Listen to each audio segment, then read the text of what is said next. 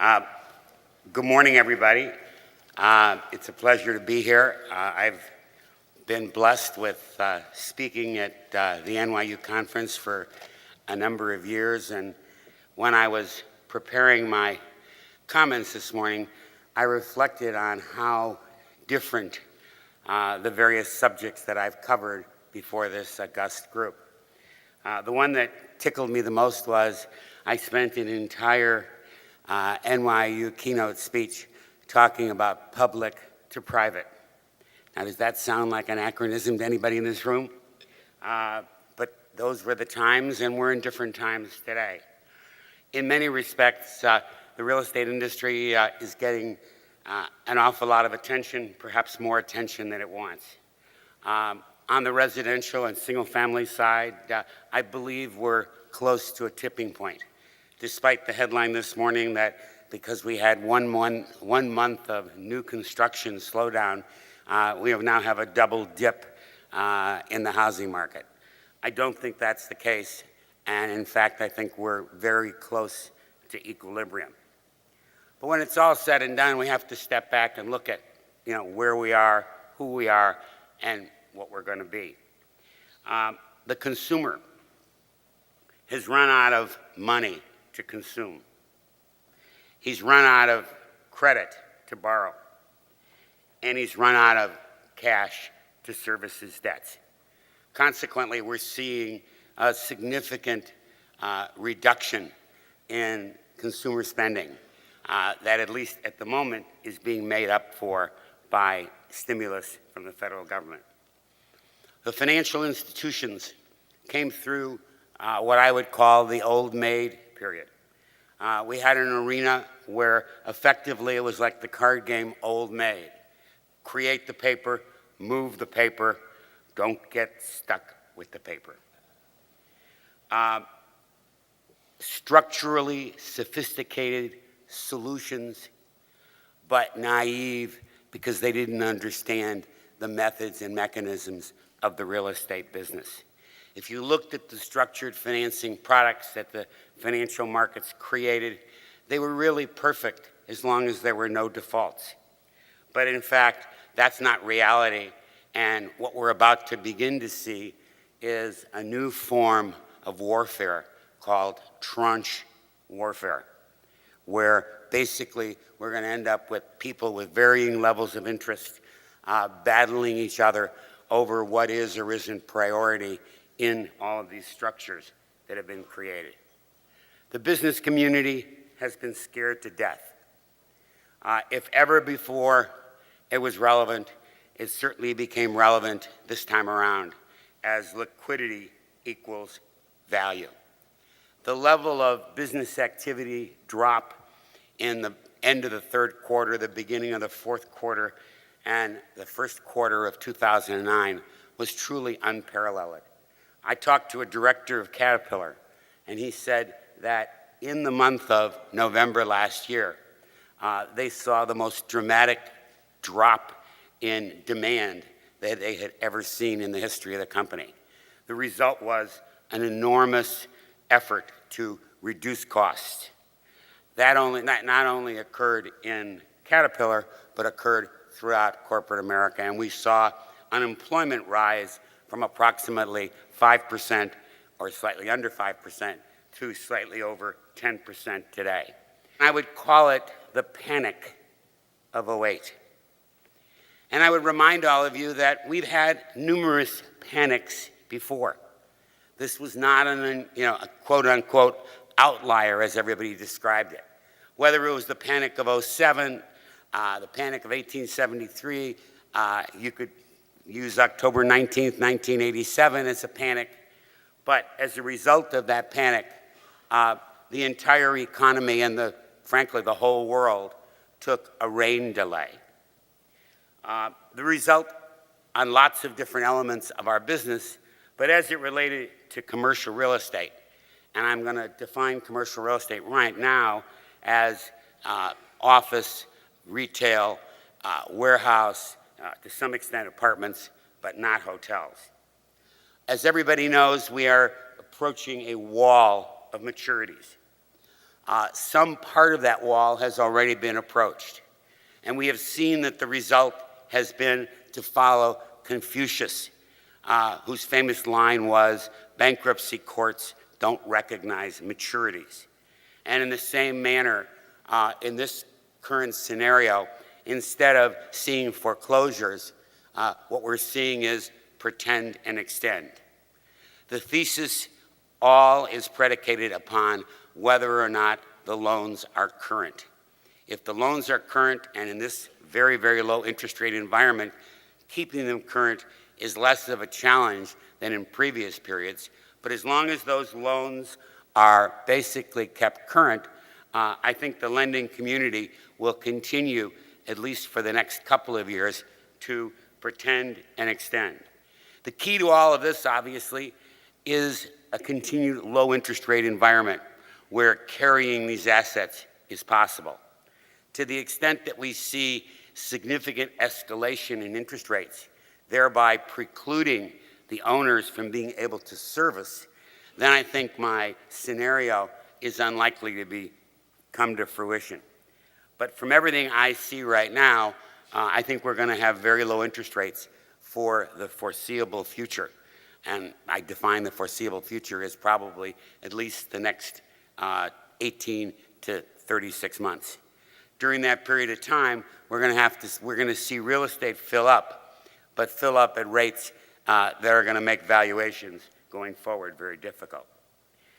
I think the other thing I'd mention in this environment is obsolescence. In every arena where we have overextended ourselves and where money was free, the real estate community continues to be extraordinarily creative, and particularly at testing previous mantras. And when money is free, money becomes available to do that. So when you look at, quote, grave dancing or opportunities in distressed real estate, I think it's extraordinarily important to make a distinction between real estate that is under-occupied and real estate that is perhaps obsolete. The REIT market, which I was very instrumental in creating in the early 90s, or what we call the modern REIT era, was actually created out of the classic statement that, necessity is the mother of invention.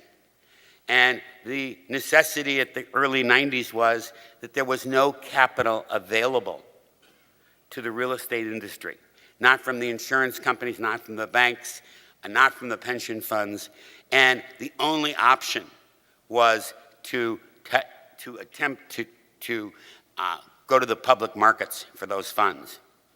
Real estate players like myself and others were highly leveraged at the time, and the only option available to us was to take our companies public, with the result being that they became viable companies, but at enormous dilution to ourselves. So in my case, when I took Equity Residential public, I owned 100% of the company before I took it public.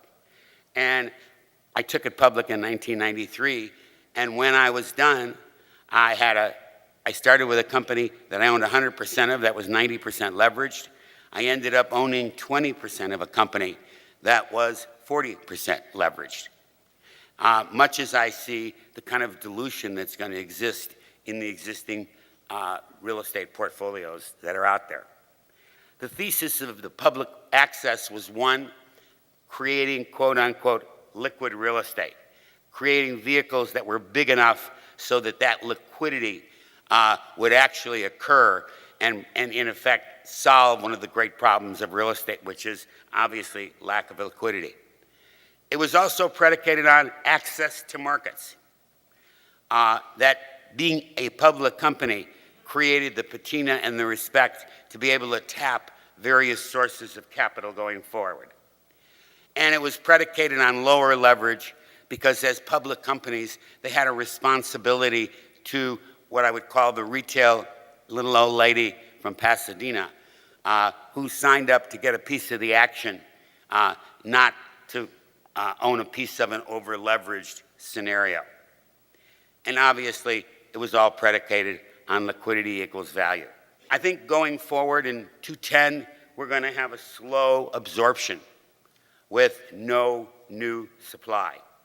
I think great concessions will continue, and I don't see much strength there, not until we see real increase in overall occupancy. Ultimately, by 2011, in the middle of 2011, I fully expect that the occupancy question will no longer be relevant to real estate. And it will only be a question of, can you get the rates up? And at these rates, what should cap rates be? I'll conclude my comments this morning by reminding you that Mark Twain made a very famous comment when he said, "Reports of my death are greatly exaggerated."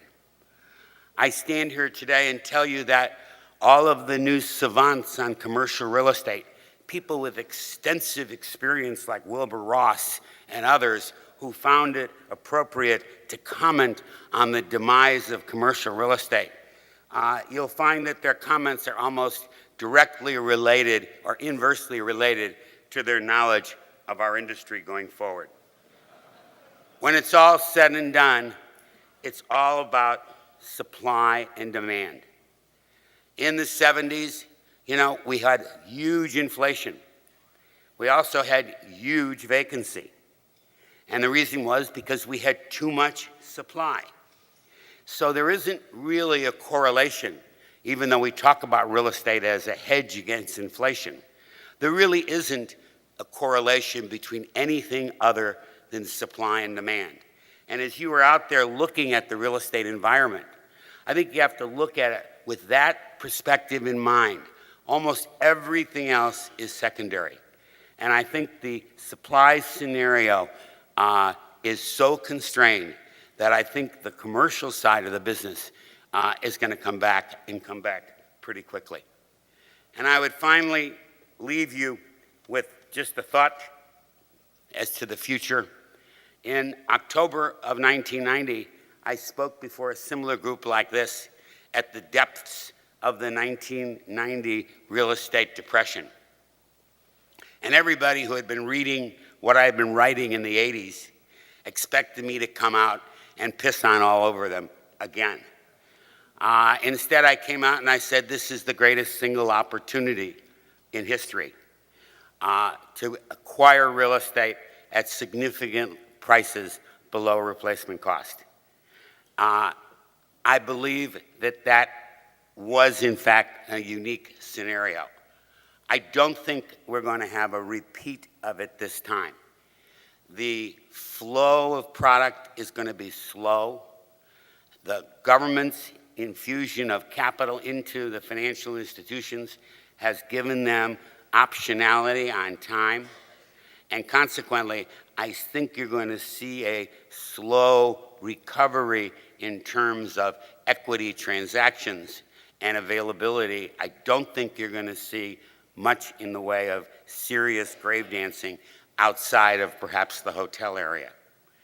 And at that speech that I gave in October of 1990, I ended it by saying, you got to stay alive until 95. And I'll end my comments this morning to you by suggesting you got to come clean by 13. Thank you.